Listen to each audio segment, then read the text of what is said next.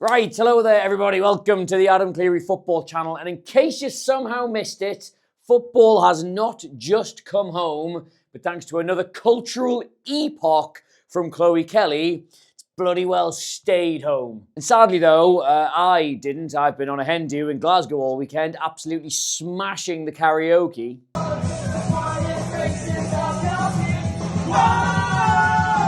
So you combine that with the final, and that is why I both look and sound like this. Anyway, though, not to worry, let's have a look at how this England team just beat the best team in the world in the European Championship final.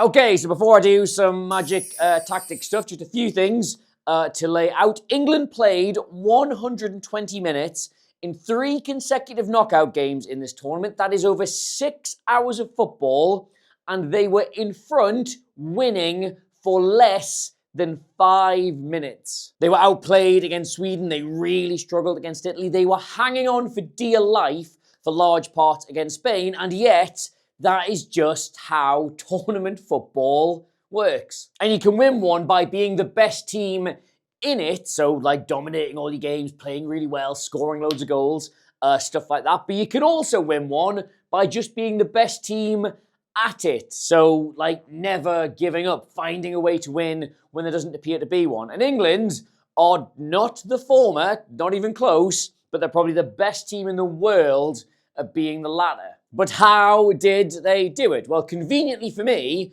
the key tactical battles going into this game were the key tactical battles within this game. This is doing my head in. Now, this was the 11 that Sarina Wiegman picked for this match, and even though they knew Spain were going to dominate the ball, there are still 2 key ways you can get at this England team when they're defending deep. The first one is that Lucy Bronze wanders quite far out of the right-back area, so there is this space in behind her, and the other is that whichever way around you've got Greenwood and Carter, you can separate them by drawing them out of position and get into this sort of half space here. And of course, doing either or both of these things gives Spain a way to get their fullbacks on either an underlap or an overlap, which they really like to do. But the thing is, despite this Spain team being better than the Spain team that already beat England in the World Cup final, they do have new and exciting ways that you can get at them. Specifically, that they play a really, really high line and press you aggressively, despite having very little pace at centre-back. Paredes, in particular, is 34 years old now. She's not really very quick, so when Spain jump high up the pitch, if you can get the ball over the top and in behind, you can beat her quite easily in a foot race. Teams have had joy doing that across this tournament. Which is why this starting 11 had quite an interesting tweak in it. Sarina Wiegman had taken Lauren Hemp, who usually starts on the left, and put her on the right, and taken Lauren James, who normally starts on the right, and put her on the left. Why would you do that? Well, because Lauren James is right-footed and Lauren Hemp is left-footed. So if you can get them in over the top, they're naturally going to find it a lot easier to go towards goal on their strong foot than they are to go down the line on their weak foot. So you've effectively got 2 very good weapons at attacking over the top. And that all got England a chance, like really early on. Like England go backwards, Spain take that as their cue to jump up aggressively and press them, but England release Russo over the top, and if you look at her body language as that's happening, you can see it's something that they've worked on. She's expecting them to do it. She gets in, she gets a shot away at goal. Lauren James attacks the rebound on her strong foot, so you think, oh, it's gonna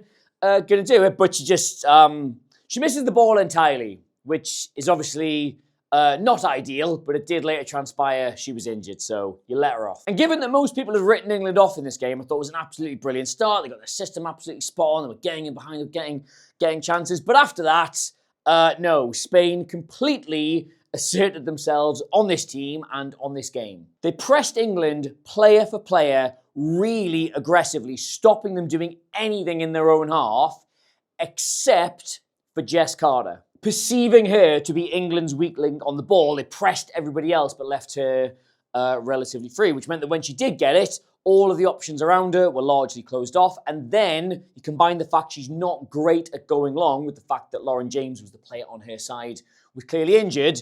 England just had nothing. They had no way of getting out their own half. They couldn't find Keira Walsh. They couldn't find the fullbacks. They just kept giving it back to Spain. And thus, when the Spain goal does duly arrive, it comes after England set up to play out from the back realise that's not going to work and decide to just go long instead. And then the very next time they get that ball back, it's because it's in their net. As we mentioned before, Spain create this massive gap between Greenwood and Carter, and they slip in Bonmati. And while they do deal with this pretty well, England, I think that's Georgia Stanway that tracks Bonmati, in the ensuing chaos, because they can't get out of that situation very easily, they lose the advancing fullback, Spain's other great weapon, and it's Onyé Batye who puts the cross in for the goal. So, yeah. And for like 40 minutes of that first half, this worked absolutely perfectly for Spain. England couldn't get Keira Walsh involved. They couldn't really do anything in possession. They couldn't get up the other end of the pitch. They were just hanging on, and this was all only going one way. Until, my dear, dear friends, Lauren James was unable to continue. Wiegman brings on Chloe Kelly, and the entire game changes. Kelly's very first touch of the ball, she does something England had not done once up to this point, and she takes the fullback on down the line instead of inside, and she beats her. And just this one action here, right after coming off the bench, made Spain completely reassess how aggressive they were being in pushing up on England. And you can see this depicted so beautifully, and yes, I do think optographs are beautiful. I'm an unmarried man in his mid to late 30s, right? In Jess Carter's passing map. These are all of the passes, successful and unsuccessful, before Chloe Kelly comes on the pitch. Now, her job, along with Leah Williamson's, is to find Keira Walsh, who occupies these central areas of the pitch, right? And you can see, because of the way Spain are being really aggressive and cutting off the options, she is completely unable to do that. She finds her with one pass in the first half, and it's outside that central area, and she's forced several times to go long into nobody and just give Spain the ball back. But then, Chloe Kelly's mere existence pushes Spain 5-10 yards further back, gives her a bit more time, gives her a bit more space, and frees up Walsh as well. You can just see how dramatically that changes. She's actually getting a lot more time on the ball without being pressured here. She's able to circulate it much better, but also she's now able to find Walsh a lot more regularly, and England can get going, they can get playing. Now that's part one, right? Part two is Keira Walsh's passes before the Chloe Kelly sub, and they look like this. Now, Keira Walsh's job is to receive the ball in these central areas, get turned, and then find her teammates with incisive passes through Spain's defensive lines. That's what she's really good at. It's what she's in the team to do. And you can see, before that substitution, it just is not happening for her. She's having to leave that area completely just to get on the ball, and even then it's going sideways, it's going backwards, and on the very rare occasion she does get it and turns forward, she's giving the ball away because the pass isn't really on. She's getting rushed into doing it because of how aggressive Spain were. But then, as with the Jess Carter situation, Chloe Kelly simply exists, and this changes to this. And now, because her teammates can find her on the ball, she can get it in this area where she's brilliant. She can get turned because she's got that little bit more time, and she can go into her teammates. She can find them in the box. She can find them out wide. She can find them in the final third. It completely opened up Keira Walsh, and when you open up Keira Walsh, England can play football. And all of this is how England get that equaliser. This time it's not Carter, it's Hannah Hampton, but the total lack of pressure on the ball leaves Walsh with all this space. Like, compare that still there to what Sweden did to them in the earlier stages when they were being really aggressive and cutting her off. Like, that is so much more time, that is so much more space. That's all Keira Walsh wants. And of course, you give her that time, you give her that space, she will turn and she plays it through the Spanish line. She takes 3 or 4 players out of the game with one pass. She gets it into Georgia Stanway, who's also found a bit of space. She drives at them, forces them back even further, and then she finds Chloe Kelly. Now, what you should do in this situation is wait for Alex Greenwood to get down the outside, try and work a better position, see if you can get an overload or a player advantage, something like that. But that's not how Chloe Kelly's brain works. She is just constantly in f*** it mode. And the thing is now, Onyé Batye is so worried about getting done down the outside, as she was when she first came on the pitch, she actually makes the mistake of showing her inside, even though that's a strong foot. She leaves her room for a cross, and Chloe Kelly is England's best crosser of the ball. If you make a mistake like that, she will punish you. And she does. And it's an absolutely class header from Alessia Russo, but the ball in, and specifically how England are finally able to play through Spain from back to front, is all down to the mere existence, the concept, the thought of Chloe Kelly. That simply would not have happened without her on the pitch. And then, with England having arrested the momentum back, but Spain still being so good and so dangerous, technically, nothing happens for an hour. Yeah, basically you just had 60 minutes of football with two sides just now cancelling each other out. You had a clear dynamic when Spain were much better, but England managed to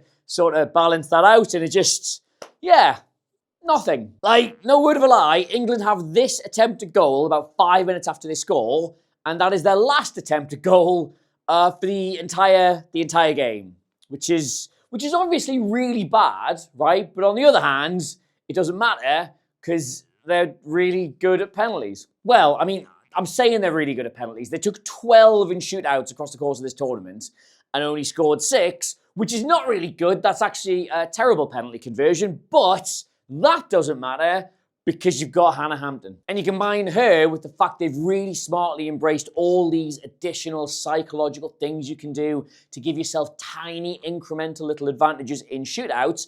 England did absolutely all of them.